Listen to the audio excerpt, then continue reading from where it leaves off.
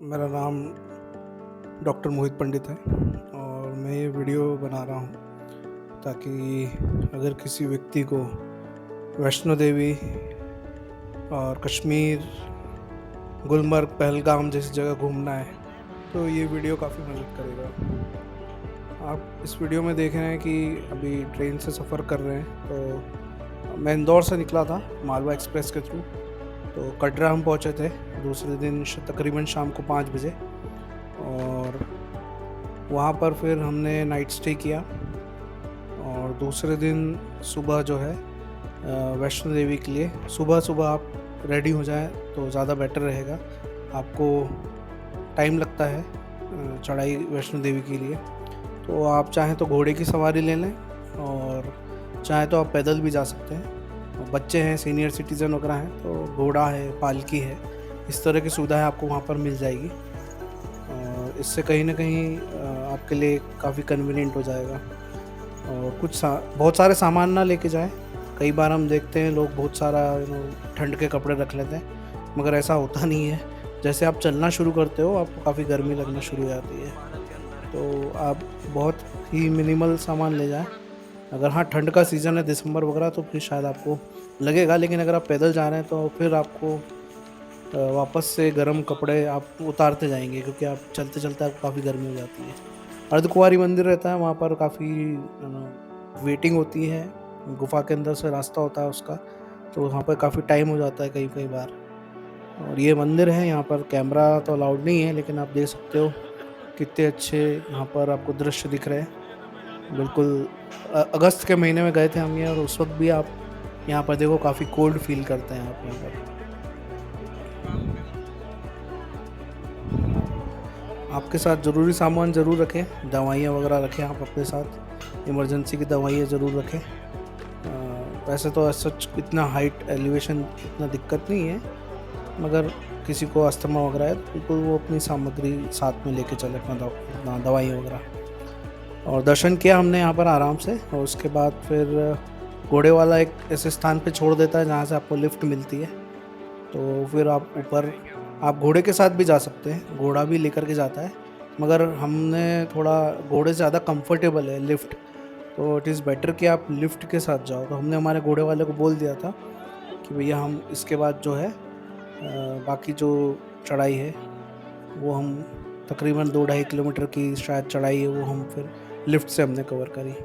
ऊपर जाएंगे भैरव मंदिर में, तकरीबन 6,500 फीट के ऊपर ऊंचाई पर है ये, और वहाँ पर से भी आपको बहुत अच्छे व्यूज़ मिलते हैं और बहुत अच्छी स्पिरिचुअल जर्नी है ये। आपको काफ़ी अच्छा लगेगा जब आप इस तरह की जर्नी करेंगे।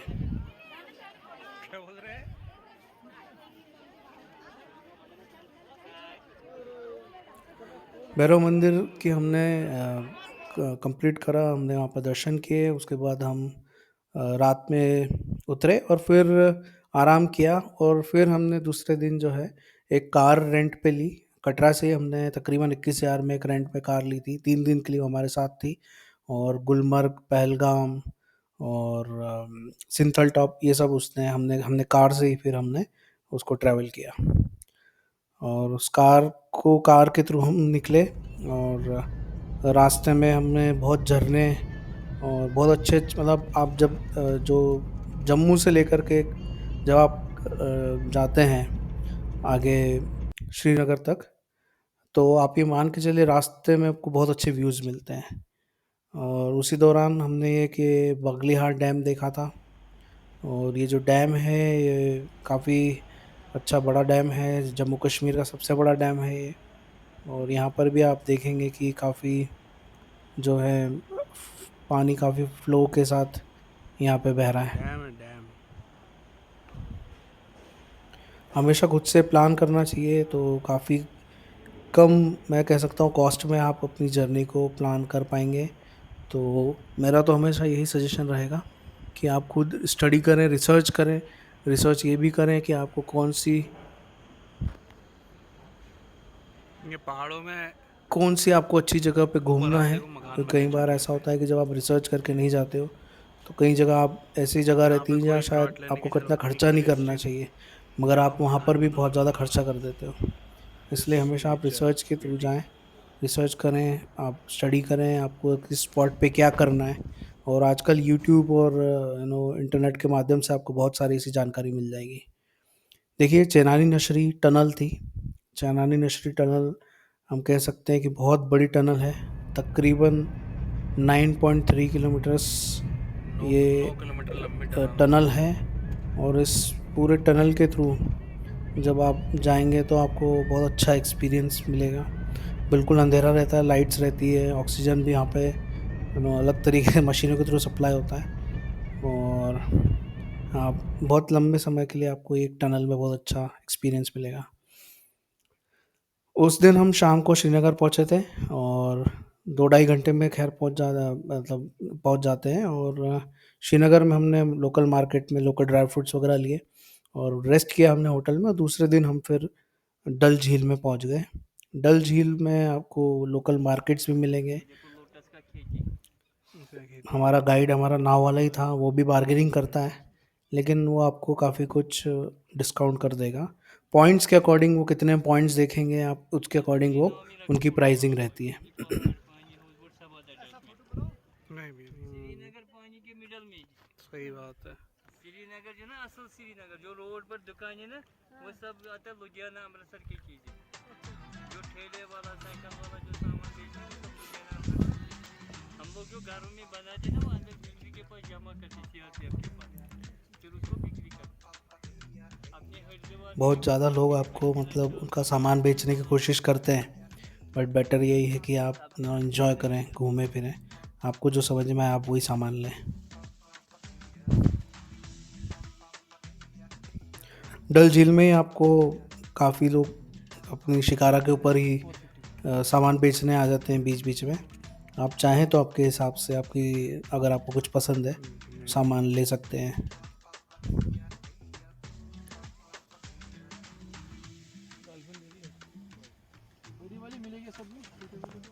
देखो तो सही यार। मैं यहाँ पे बीच में कहवा टी वगैरह भी आपको सेल करेंगे। आप ट्राई करना चाहें तो कर लें, क्योंकि हर किसी को वो इतनी पसंद आती नहीं है। फ्लोटिंग कोस्ट ऑफ है। आपको गवर्नमेंट की तरफ से छोटे आइटम पर 20% लेस मिलेगा। अच्छा। बड़े में 50% गाँव की तरफ से गिफ्ट है। वाह। हमारा जो ऑफिस है। ये देखो शिकारा वाला था थ्रू आउट हमको कुछ न कुछ सेल करने की कोशिश कर रहा था। ये ये JNU पार्क है, जवाहरलाल नेहरू पार्क। बचपन में यहाँ नहाने के लिए अंदर में स्विमिंग पूल भी और छोटा सा ये मेन मार्केट है। इस तरह का डल झील के अंदर ही आपको मार्केट मिल जाएगा। वहाँ से आप कपड़े वगैरह चाहें तो ले लें, परफ्यूम्स ले सकते हैं, स्पाइसेस मिलते हैं वहाँ पर, वो आप ले सकते हैं। क्लोथ्स तो वहाँ पे काफ़ी मिलेंगे आपको।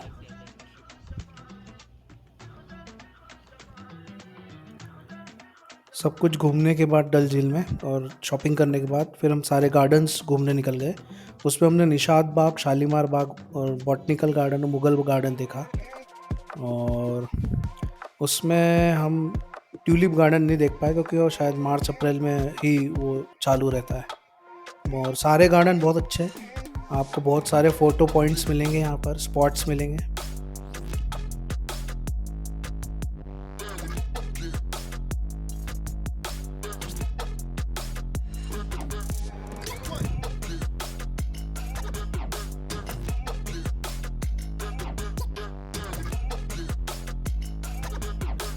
डल झील भी आपको ऊपर से दिखती है, सामने से।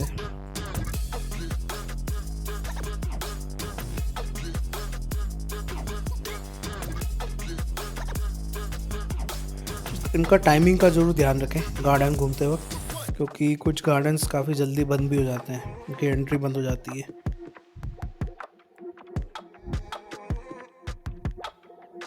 ये बॉटनिकल गार्डन था और यहाँ पर काफ़ी वैरायटी के प्लांट्स थे, फ्लावर्स काफ़ी डिफरेंट टाइप के यहाँ पे हमको मिले थे।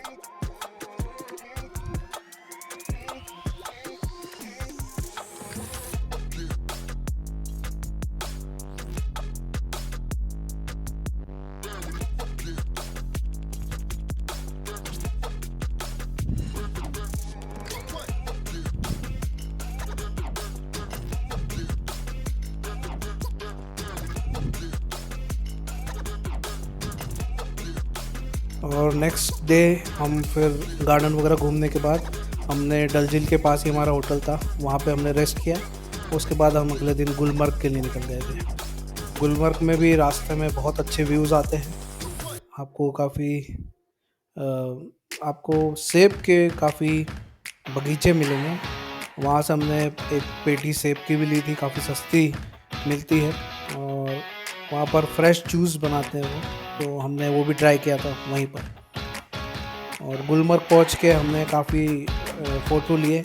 इसको पहाड़ियों की रानी कहा जाता है और इसका कहीं ना कहीं रीज़न ये है कि आप जब ऊपर पहुँचोगे, एक गोंडोला राइड होती है यहाँ पर, ये आप ज़रूर करें गुलमर्ग में। और ऊपर जब पहुँचेंगे तो आपको व्यूज़ बहुत अच्छे मिलेंगे। 3 स्टेजेस में होती है गोंडोला राइड और सबसे हाईएस्ट स्टेज में तो बेसिकली स्पोर्ट्स या एडवेंचर लवर लोग ज़्यादा जाते हैं, क्योंकि वहाँ पे आइस से रिलेटेड जो स्कीइंग वगैरह है या ऐसे एडवेंचरस स्पोर्ट्स जो हैं आइस से रिलेटेड, वो सब होते हैं। हम क्योंकि उस वक्त बर्फ़ थी भी नहीं, तो अगस्त के महीने में हम गए थे, तो हम सिर्फ सेकंड स्टेज तक ही गए थे। थर्ड स्टेज पे हम गए नहीं थे। वहाँ पर भी अच्छे व्यूज़ हैं और घोड़े खैर वहाँ पे भी रहते हैं, जो आपको बोलते हैं थर्ड स्टेज तक लेके जाने का, बट आपकी इच्छा पे है वो आप जाना चाहेंगे। और वहाँ पर आपको ऊपर फास्ट फूड वगैरह काफ़ी कुछ मिल जाता है। थोड़ा कॉस्टली पड़ता है यहाँ पे, क्योंकि वो बोलते हैं कि हम इतनी ऊपर ले करके आते हैं, तो इसलिए आपको यहाँ पर थोड़ा कॉस्टली पड़ेगा। लेकिन हाँ, इतनी ऊपर आपको एक मील मिलेगी, अच्छा भी लगेगा आपको। बहुत अच्छे पॉइंट्स रहते हैं यहाँ पर गुलमर्ग में भी।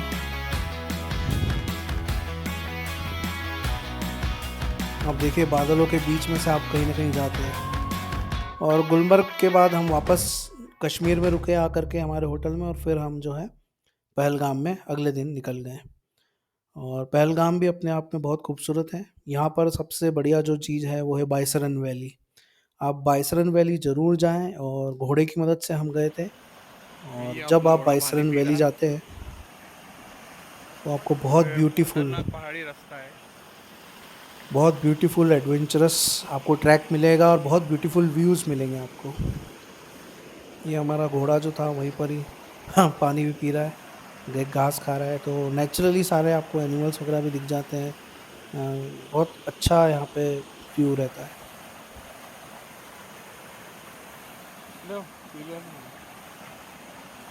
और ये ट्रैक जो था काफ़ी डेंजरस था, आप देखिएगा इस ट्रैक को। देखो आप, कितना खतरनाक रास्ता है।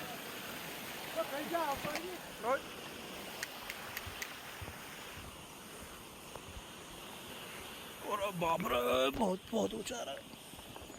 बहुत खतरनाक रास्ता है, बहुत ही ज़्यादा खतरनाक।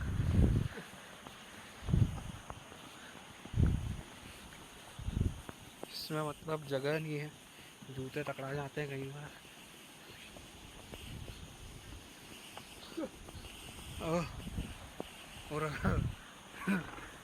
और का चढ़ाएगा भाई इसका। देखो घोड़े पे चढ़ने की टेक्निक है। जब घोड़ा चढ़ाई करता है तो आपको थोड़ा आगे की तरफ झुकना है, घोड़ा तब उतरता है तो आपको थोड़ा पीछे की तरफ झुकना है। कहाँ ले जा रहे हो? खतरनाक। इसका नाम बोलती बंद रास्ता है। अपना मर्जी से नीचे नहीं चले आई है।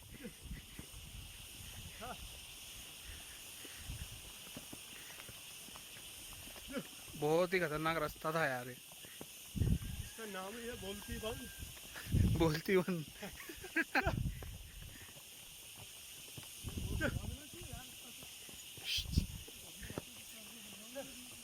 अभी यहाँ पे एक टेररिस्ट अटैक भी हुआ था, इसी स्पॉट पे हुआ था।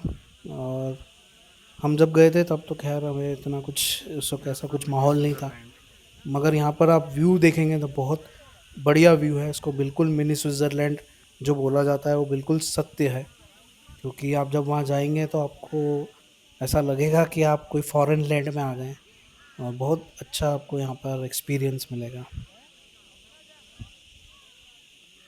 यहाँ पे भी खाने पीने की चीज़ें अवेलेबल है, और कुछ एडवेंचरस एक्टिविटीज़ भी होती है, जैसे जिप लाइनिंग, जॉर्बिंग, और भी एक्टिविटीज़ हैं। आपको एनिमल्स यहाँ पे मिल जाते हैं, और फ़ोटो आप उनके साथ खिंचा सकते हो।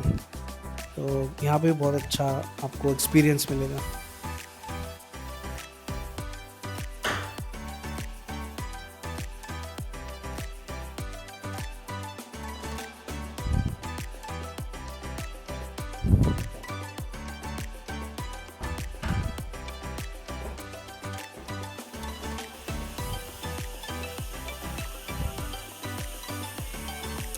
और वहाँ से बाइसरन वैली से आने के बाद हम जो है मामल टेम्पल गए।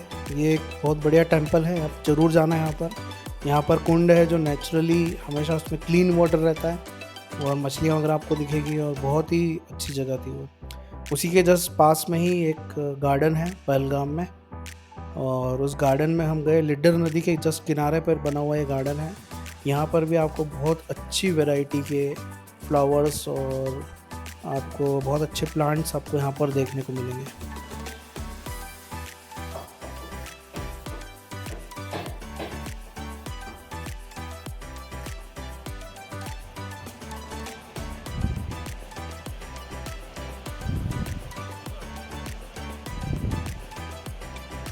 ग्लेशियर का पानी है। मेरा सजेशन यही है कि आप पहले से होटल वगैरह बुक कर लें अगर आप कोई पीक सीज़न में जा रहे हैं। होता ये है, देखिए पीक सीज़न में जब आप जाते हैं तो होटल्स की कॉस्ट बहुत बढ़ जाती है। तो अगर आप पहले से जा रहे हैं, प्लानिंग कर रहे हैं, तो आप एडवांस में होटल बुक करें, और उससे आपको लोकेशंस भी अच्छी मिल जाती है। और पहलगाम में एक दिन ट्रैवल करने के बाद और एक दिन स्टे करने के बाद अगले नेक्स्ट डे हम निकल गए थे सिंथन टॉप के लिए। सिंथन टॉप देखिए एक्चुअली बहुत कम लोगों को पता है कश्मीर में ऐसा कोई स्पॉट भी है, रास्ते के बीच में पूरा मगर यहाँ पर भी आप बिल्कुल ट्रैवल कर सकते हैं। ठंडे यहाँ पे बादल जा रहे हैं। यहाँ पे रोड पे बादल है, ये दिखता नहीं है फॉग के कारण।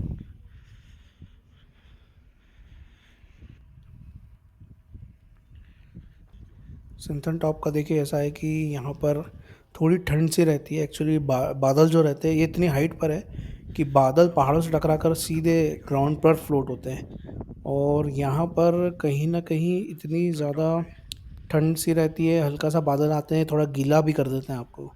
थोड़े ऐसे कपड़े रहें आपके पास तो रेन कोट टाइप या रेनी सीजन टाइप के लिए जो कपड़े होते हैं, तो वो आप पहनेंगे। थोड़ा वार्म कपड़े हों आपके पास तो आपको अच्छा फील होता है।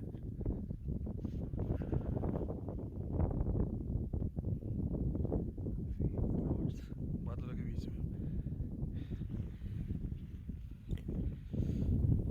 सो सिंथन टॉप हमारा लास्ट जो है स्पॉट था, और इसके बाद जो है हम फिर वापस कटरा के लिए निकले थे, और कटरा से फिर वापस इंदौर हमने रिटर्न अपना ट्रैवल किया था।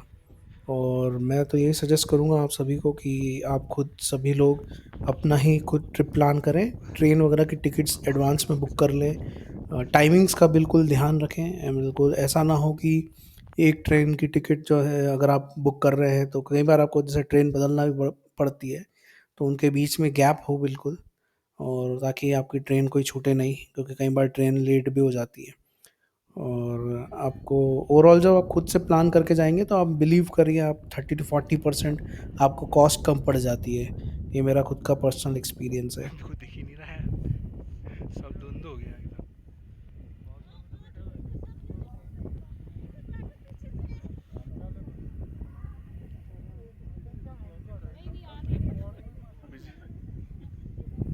रिसर्च करके जाएं बिल्कुल सारी जगह के बारे में। पानी वाला बादल मैंने ही एक एक्सपीरियंस था कश्मीर में, जो कि मैं कुफरी नाम की जगह गया था, बट मुझे इतनी ख़ास वो पसंद आई नहीं थी। और शायद मैं अगर स्टडी कर लिया होता तो मैं वहाँ पे बहुत ज़्यादा पैसे, मतलब शायद 3,500 रुपये एक पर्सन के सिर्फ जाने के मैंने खर्चे कर दिए थे घोड़े के। बाद में मुझे वहाँ जा कर के इतना कुछ खास मिला नहीं। तो हमेशा रिसर्च करके आप जाएँ तो आपके लिए बहुत बेनिफिशियल होगा। So thank you all, and have good journey in the future.